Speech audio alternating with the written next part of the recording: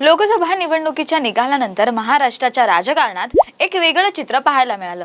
त्यातच महाविकास आघाडीमुळे महायुतीला अपयश मिळाल्याने याकडे सर्वांचंच लक्ष वेधलं गेलं। अजित पवारांनी शरद पवारांची साथ सोडून महायुतीला पाठिंबा दिला आणि लोकसभेत फक्त एक जागा त्यांच्या पदरात पडली। त्यातच आता पक्ष फोडून गेलेले आमदार पुन्हा स्वगृही परतणार अशी चर्चा रंगली।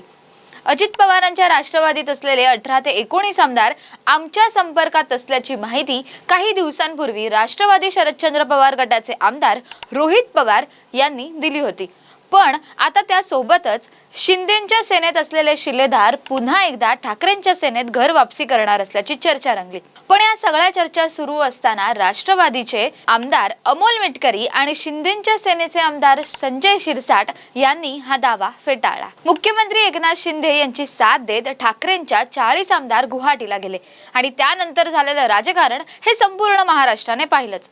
त्यातच शिंदेंनी मुख्यमंत्री पदाची शपथ घेतली आणि सेना विरुद्ध सेना असं चित्र महाराष्ट्रात दिसून आलं। यंदाच्या लोकसभा निवडणुकीत अनेक ठिकाणी शिंदेंची सेना विरुद्ध ठाकरेंची सेना अशी लढत रंगली होती।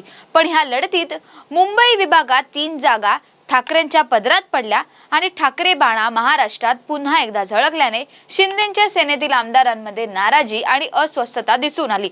त्यातच काही दिवसाआधी वंचित बहुजन आघाडीचे अध्यक्ष प्रकाश आंबेडकर यांनी 4 जून नंतर एकनाथ शिंदे आणि उद्धव ठाकरे एकत्र येतील असा दावा केला होता। त्याप्रमाणे खरंच एकनाथ शिंदे ठाकरेंसोबत जाणार का असा प्रश्न निर्माण झाला।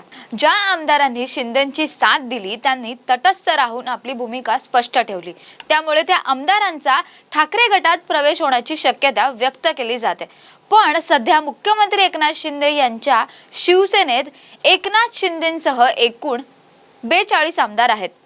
अनिल बाबर, शंभूराज देसाई, महेश शिंदे, शहाजी बापू पाटील, महेंद्र थोरवे, भरत गोगावले, महेंद्र दळवी, प्रकाश आंबेडकर, डॉक्टर बालाजी केणीकर, ज्ञानराज चौगुले, रमेश बोरनारे, तानाजी सावंत, खासदार म्हणून निवड झालेले संदीपान बुमरे, अब्दुल सत्तार, प्रकाश सुर्वे, बालाजी कल्याणकर, संजय शिरसाट, दीपक केसरकर आणि उदय सामंत, प्रदीप जयस्वाल, संजय रायमुलकर, संजय गायकवाड, विश्वनाथ भोईर, शांताराम मोरे, श्रीनिवास वनगा, किशोर पाटील, सुहास कांदे, चिमणराव पाटील, लता सोनावणे, प्रताप सरनाईक, यामिनी जाधव, योगेश कदम, गुलाबराव पाटील, मंगेश कुडाळकर, सदा सरवणकर, दादा भुसे, संजय राठोड, संतोष बांगर आणि सध्या खासदारपदी निवडून आलेले रवींद्र वायकर अशा एकूण 42 आमदारांची संख्या शिंदेंकडे आहे।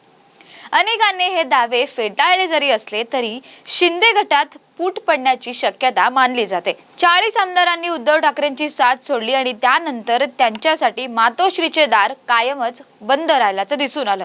पण ह्या चर्चांनंतर जर शिंदेंचे आमदार ठाकरेंच्या सेनेत गेले तर उद्धव ठाकरे त्यांना साफ मनाने पुन्हा एकदा आपल्यात सामील करतील का? कारण प्रेमात आणि राजकारणात सगळंच माफ असतं, त्यामुळे हे पाहणं अतिशय महत्त्वाचं असेल।